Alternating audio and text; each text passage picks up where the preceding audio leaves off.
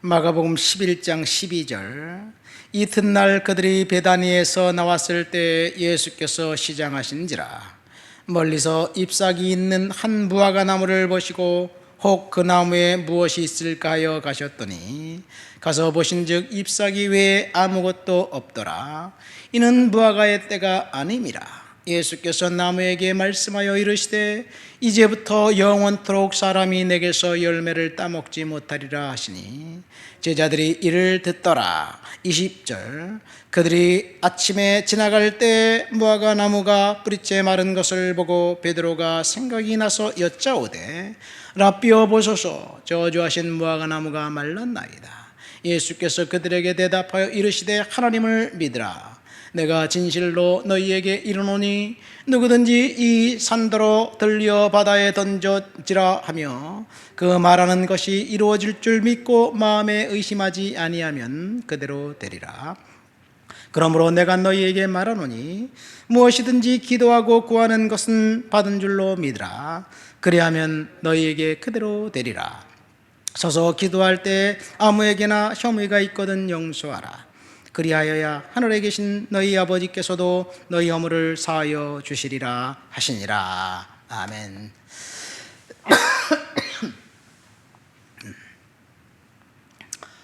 억울한 무화과 나무에 대한 이야기입니다.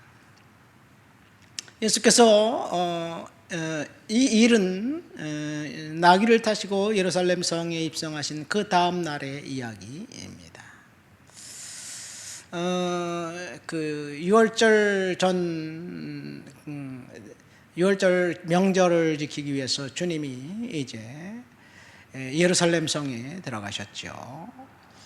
안식일이 바로 지난 다음 날 들어갔고, 이것은 그 다음 날 있은 일이니까 우리 달력으로 따지면 고난주간 화요일 있었던 일입니다.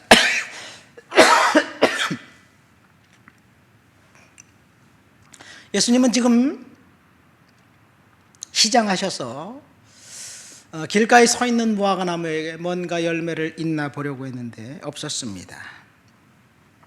그래서 입만무성한 그 나무를 가지고 예수님이 저주했더니 그 다음날 뿌리째 말랐다, 그런 내용이죠. 근데 분명히 오늘 본문에 보면 이 무화과 때가 아니로라, 그런 말씀이 있습니다. 이 6월절 기간이니까 그때 6월절이 첫 달이고 14일부터 6월절이 시작돼요. 우리 달력으로 하면, 양력으로 하면 지금 4월쯤 됩니다. 그러니까 4월이니까 겨울이 지나고 봄이니까 무화과 나무에 열매는 있는 시기가 아닙니다. 열매가 없는 무화과 나무, 이 시기가 아니기 때문에 열매가 없는 게 무화과 나무 탓일까요? 얼핏 보면 예수님은 속 좁은 사람 같습니다. 배가 고픈데 따먹을 열매가 없어서 순간 치밀어 올라서 저주했더니 그 무화과 나무가 말라 죽었다, 그런 이야기를 할 때 도대체 이해가 안 됩니다. 우리나라도 무화과 나무가 있죠. 전남 쪽에 가 무화과가 그 여름에 나오죠. 사실 중동에 있는 무화과 나무는 1년에 한 4번 정도 열매가 맺힌다고 합니다. 6월, 8월, 12월, 그리고 마지막 열매는 봄까지 남아있다고 해요. 그러니까 무화과는 꽃이 없기 때문에 다른 나무처럼 꽃이 피고 져서 그것이 열매가 되는 게 아니라 그 나무에 혹처럼 달라붙어 있는 것이 커서 열매가 되고, 그리고 녹 익으면 쫙 벌어지면 그것이 꽃이지요. 이것이 무화과 나무죠. 두 번째, 이 나무는 마태복음 21장에 보면 길가에 서 있는 무화과 나무입니다. 주인이 없는 무화과 나무죠. 이스라엘 백성들이, 사람들이 길가에 무화과 나무를 심어놓은 이유는 가난한 사람들, 고아와 과부와 나그네들의 식량이 되라고 그 나무를 거기다 세워놓은 거죠. 그러니까 그 나무의 효용 가치는 열매를 맺히고, 그리고 가난한 사람들에게 그 열매를 내주지 않으면 그 나무는 서 있을 필요가 없는 겁니다. 율법에 보면 누구든지 열매를 양껏 먹을 수는 있지만 가져가진 말아라, 그런 유대인들의 그 규정이 있습니다. 다시 이 무화과나무로 억울한 무화과나무 입장에서 보면 이제 새 봄이 되면 잎이 나면서 거기에 혹 같은 그런 열매가 맺히기 시작합니다. 혹 같은 열매가 맺히면 이제 나무 잎과 함께 열매가 맺히면 그것이 좀 볼품은 없지만 꽤나 요깃거리로 괜찮은 그런 열매라고 합니다. 그런데 이 봄에 잎사귀가 맺히면서 이 혹과 같은 열매가 없다면 이 나무는 병이 걸렸다는 증거이기도 합니다. 그러니까 이 나무는 예수님이 저주에서 말라 죽기도 했지만 사실은 혹 같은 열매가 없었기 때문에 이 병든 나무임에 틀림없습니다. 그리고 두 번째로 그 무화과나무 저주, 억울한 무화과나무 이야기 사이에 성전을 정화하신 그런 기록이 있습니다.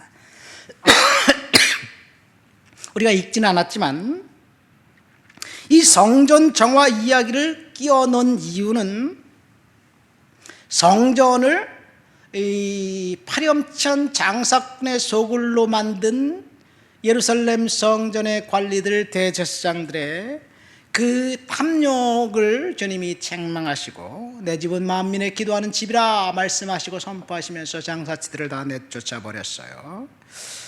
그러니까 사실 이 무화과나무는 그 나무 자체의 의미도 있지만 영적으로 보면 그 예루살렘 성전의 리더들, 대제사장들과 사두개인들의 그 탐욕을 책망하기 위한 주님의 시청과 교육이었습니다. 하나님께서 그 나무를 말라 죽게 하신 것처럼 유대인들의 리더라고 자칭하는 사람들이 하나님을 빌미로 자신의 그 목적을 달성하기 위해서 탐욕을 품는다면 그런 사람들은 있을 필요가 없다는 이야기이기도 합니다. 이것이 예수님이 말씀하신 진짜 의도입니다. 이제 베드로가 예수님에게 어제 주님이 저주하신 무화과나무가 말라 죽었네요. 그 말라 죽은 무화과나무는 거기에 죽은 채로 그대로 서 있을 거예요. 예수님의 제자들은 이것이 탐욕을 품은 이스라엘의 리더들에 대한 하나님의 징계였구나, 이것을 알게 되고 예수님의 말씀을 들은 사람들은 다 알게 될 것입니다. 그 죽은 무화과나무, 이 죽은 무화과나무가 탐욕을 품은 사람들에 대한 하나님의 심판이라는 것, 이것이 오늘 저와 여러분들에게 주는 말씀입니다.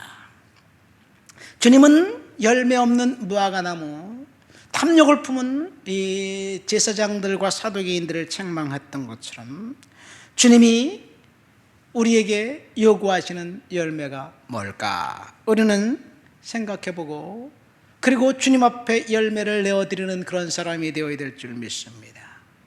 젊은 사람들은 열심히 일해서 하나님 앞에 소득을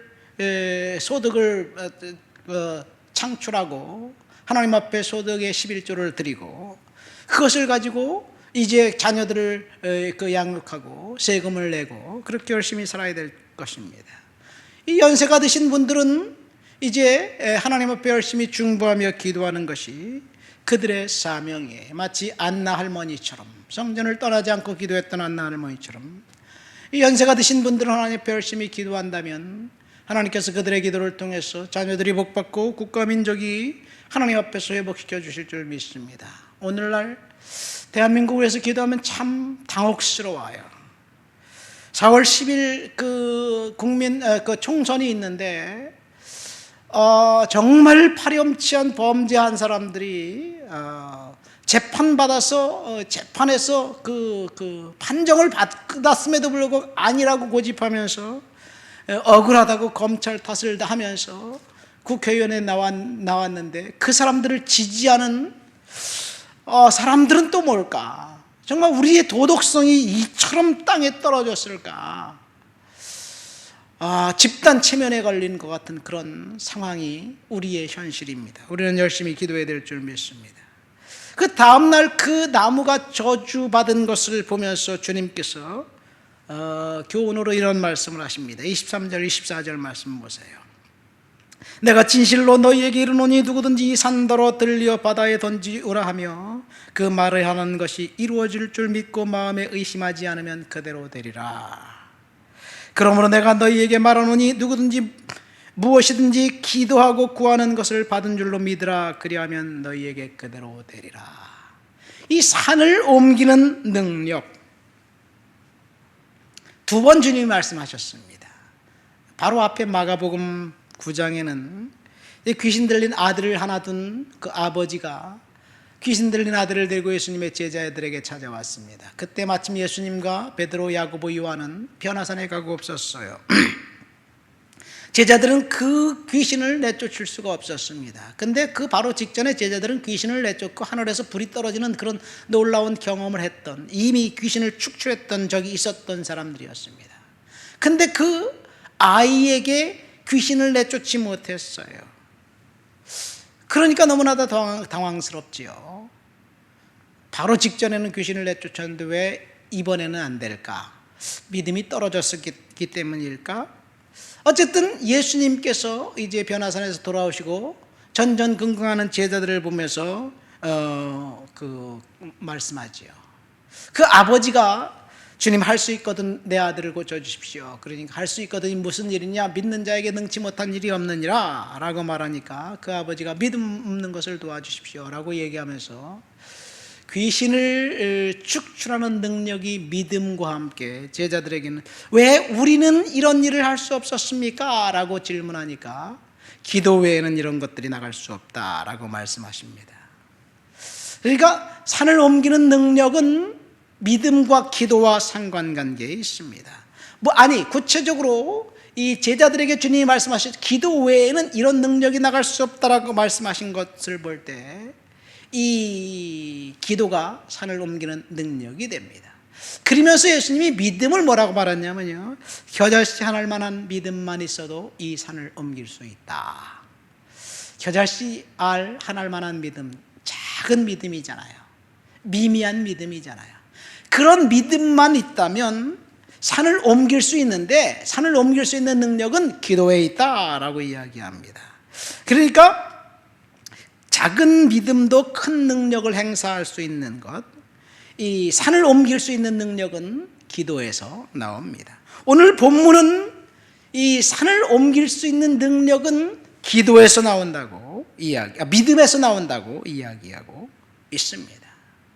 너희가 믿고 의심하지 않으면 이 산을 들어 바다에 던지오라 해도 그대로 된다. 주님이 말씀하셨죠. 그러니까 산을 옮길 만한 능력은 두 번째 믿음입니다. 그렇다면 우리가 산을 옮길 만한 믿음을 갖고 있는 사람인가? 히브리서 11장에 보면 믿음은 바라는 것들의 실상이요 보지 못하는 것들의 증거다라고 말씀하시면서 믿음의 출처는 하나님임을 이야기하고 있습니다. 성경이 증언하는 믿음은 하나님을 믿는 거예요. 그래서 믿음의 기초는 하나님입니다. 어떤 사람들은 개인적인 신념을 가지고 난 할 수 있다, 할 수 있다, I can do it, I can do it 그렇게 결단하고 매일 아침 거울을 보고 이제 출근하면서 나는 오늘 어제보다는 좋을 것이다, 이런 자기 암시를 하고 출근하고 신념을 갖고 사는 사람들은 그런 것 하고 하지 않는 사람들보다 훨씬 더 역동적으로 사는 것 맞습니다. 근데 사실은 이 믿음은 자기 암시와 신념이 아니에요. 산을 옮기는 믿음은 하나님을 믿는 믿음이에요. 근데 이 하나님을 믿는 믿음은 사실은 내가 믿기로 결정했기 때문에 믿어지는 것은 또 아니기도 해요. 예수님이 십자가에 달려 돌아가셨다가 살아나셨다는 사실을 우리가 어떻게 믿습니까? 과학적으로 증명이 안 되는데 하나님이 주셔야 됐기 때문에 그렇습니다. 중요한 것은 우리가 믿음을 갖고 기도한 것이 그대로 될 줄 믿으면 하나님께서 그 일을 일어나게 해주겠다고 약속하셨어요. 오늘 본문을 통해서 이 제목은 억울한 무화과 나무와 나의 믿음이에요. 여러분, 이 무화과 나무는 예수님이 열매를 찾을 때 열매가 없었다는 이유 때문에 말라 죽었어요. 자기의 본분을 다하지 않기 때문에 그렇죠. 길가에 심어진 나무의 본분, 식량을 가난한 사람들에게 공급하는 그 본분을 다하지 않았기 때문에, 본분을 다하지 않은 나무는 효용가치가 없다는 것을 이야기하기도 하고, 이스라엘의 리더들을 하나님이 책망한 이야기이기도 합니다. 어쩌면 예수님이 이 말씀을 하시면서 이사야 5장의 말씀을 떠올렸을 수도 있습니다. 하나님이 포도원을 만들어 이제 그 가꾸고 울타리를 두르고 망대를 세우고 물을 주고 농부를 고용해서 열심히 포도원을 가꿨는데 열매가 없었어요. 이스라엘 백성들을 이야기하고 있습니다. 예수님이 무화과나무 열매를 찾았는데 열매가 없었어요. 이스라엘 백성들의 리더를 이야기하고 있습니다. 주님이 저와 여러분들에게 요구하는 열매가 무엇이든지 우리가 열매를 내어드리지 못할 때 주님은 너희의 효용가치가 없다라고 이야기하고 계신지 모르겠습니다. 두 번째, 이 사건을 통해서 우리의 믿음을 점검해 보아야 합니다. 과연 나는 주님을 얼마나 믿고 신뢰하고 있는가? 오늘 내가 기도한 것을 하나님이 들어주시고 응답해 주실 것을 확신하는가? 그렇지 않다면 하나님 믿음 없음을 도와주십시오. 그 귀신 들린 아들을 둔 아버지처럼 믿음 없음을 도와달라고 그럴 때 주님이 믿음을 주실 줄 믿습니다. 오늘도 믿음으로 산을 옮기는 능력의 소유자가 되시기를 예수님 이름으로 축원드립니다. 하나님 아버지 감사합니다. 오늘도 주님 앞에 나와 주를 높여드리고 주를 찬양하고 주를 예배합니다. 성령의 능력과 충만과 거룩한 역사로 우리들을 지켜주시고 보호해주시고 은혜해 주시옵소서. 예수님 이름으로 기도합니다. 아멘.